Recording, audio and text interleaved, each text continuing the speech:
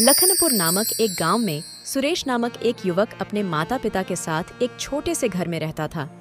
सुरेश बाजार में एक मैगी की रेडी लगाता था और उस पर मैगी बनाकर बेचा करता था। सुरेश बहुत मेहनती लड़का था। वह दिन रात मेहनत करता था, लेकिन पर्याप्त पैसे न मिलने के कारण वह थोड़ा दुखी रहता था। ऐसे में सुरेश की शादी आराधना नामक लड़की से हुई। आराधना बहुत ही समझदार लड़की थी। वह ससुराल में आते ही ससुराल के काम के साथ साथ सुरेश का बाजार के काम में भी हाथ बटाया करती थी। सुरेश भैया, जरा एक प्लेट मैगी लगा देना और हाँ, थोड़ी स्पाइसी कर देना। ठीक है, अभी कर देता हूँ।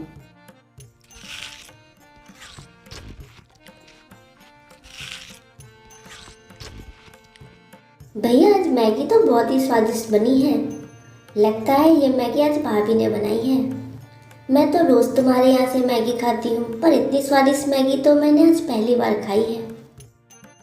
हाँ राधिका, तुमने सही कहा। आज ये मैगी तुम्हारी भाभी ने ही बनाई है। सुरेश का मैगी का व्यापार ठीक ठाक चल रहा था, पर अभी भी सुरेश की इतनी ज्यादा आमदनी नहीं हो रही थी। अब ग्राहक रोज रोज मैगी खाकर बोर हो रहे थे।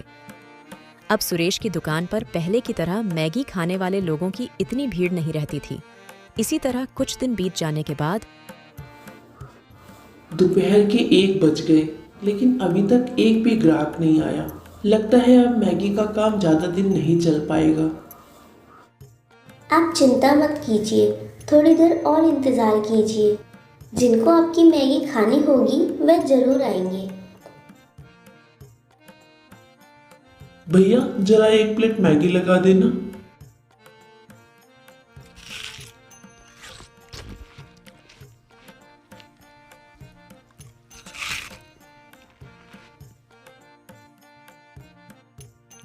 भैया, मैगी तो तुम्हारी बहुत स्वादिष्ट बनी है, पर रोज रोज मैगी खाकर मैं बोर हो गया हूँ। तुम्हें मैगी के साथ कुछ और आइटम भी रखना चाहिए। हाँ भैया, मैं भी यही सोच रहा हूँ। थोड़े ही दिन में मैं मैगी के साथ कुछ और आइटम भी रखूंगा। सुरेश और आराधना अपना सारा मैगी बेचने के बाद घर आ जाते हैं। और सुरेश बेटा, तुम्हारे मैगी का काम कैसा चल रहा है? पापा, मैगी का काम बहुत मंदा हो गया है। मैं सोच रहा हूँ कि मैगी के साथ कुछ और आइटम भी रख लेना चाहिए। मैगी के साथ और क्या रख सकते हैं?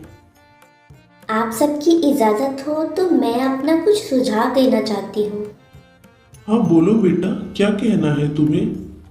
क्यों ना हम मैगी के साथ मैगी सैंडविच और सैंडविच की कई सारी वैरायटी रखें, जैसे पनीर मैगी सैंडविच, चीज मैगी सैंडविच बनाकर बेचें। ये बाजार में कुछ नया भी रहेगा।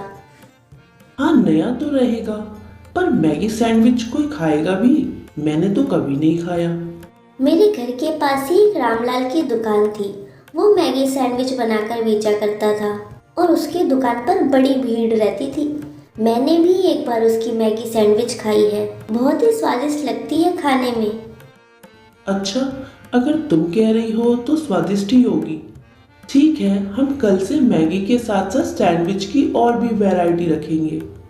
इस तरह सुरेश और आराधना मिलकर अगली सुबह मैगी के साथ साथ Maggi sandwich, paneer Maggi sandwich, चीज मैगी सैंडविच जैसे कई किस्म के सैंडविच बनाते हैं। जब उनके रोज के ग्राहक उनकी रेडी के पास आते हैं। सुरेश भैया, ये क्या है? सैंडविच के अंदर मैगी? ये मैगी सैंडविच है, तुम खाकर तो देखो, बहुत ही अच्छी लगेगी। Maggi sandwich? ये खाने में कैसी लगेगी? मैंने तो आज से पहले इसका कभी नाम भी नहीं सुना था। अरे तुम एक बार खाकर तो देखो, अच्छी ना लगे तो मेरा नाम बदल देना। अच्छा, ऐसी बात है तो लगा दो एक प्लेट मेरे लिए।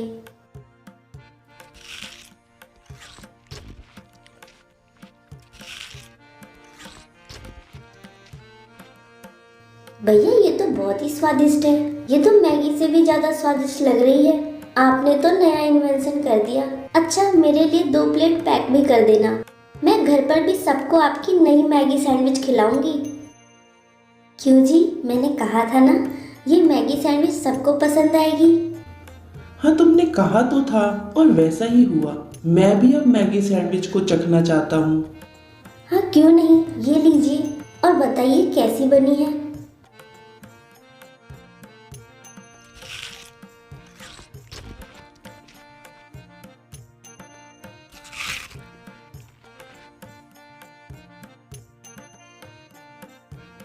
अरे वाह, ये तो बहुत ही स्वादिष्ट है। ये तो मैगी से भी ज्यादा स्वादिष्ट लग रही है। और जो सैंडविच का क्रंच आ रहा है, मजा ही आ गया। ये लो, तुम भी खाकर देखो।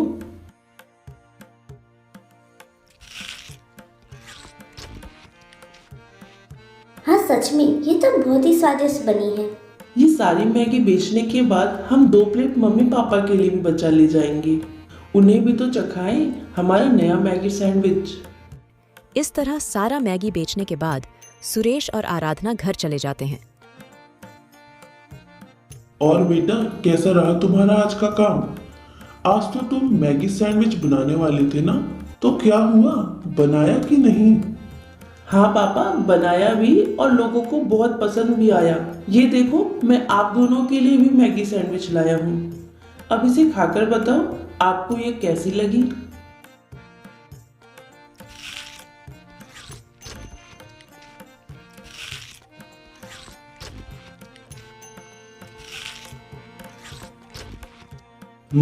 वैसे तो मैं मैगी इतना खाता नहीं हूँ, पर तुम्हारी मैगी सैंडविच तो बहुत ही स्वादिष्ट है। तुम्हारा मैगी सैंडविच का काम तो चल पड़ा। सुरेश और आराधना मिलकर रोज मैगी सैंडविच की अलग अलग वैरायटी बनाया करते थे और अलग अलग वैरायटी के सैंडविच होने की वजह से सुरेश का मैगी का काम काफी जोरों शोरों से चलने लगा। मैगी सैंडविच के लिए अक्सर सुरेश की दुकान पर खाने वालों की भीड़ लगी रहती थी और इससे धीरे धीरे उनकी आमदनी भी काफी अच्छी हो गई थी। आराधना के आने से सुरेश भी अब खुश रहने लगा था और अब दोनों साथ मिलकर खुशी खुशी मैगी सैंडविच की कई सारी वैरायटी बनाया करते थे।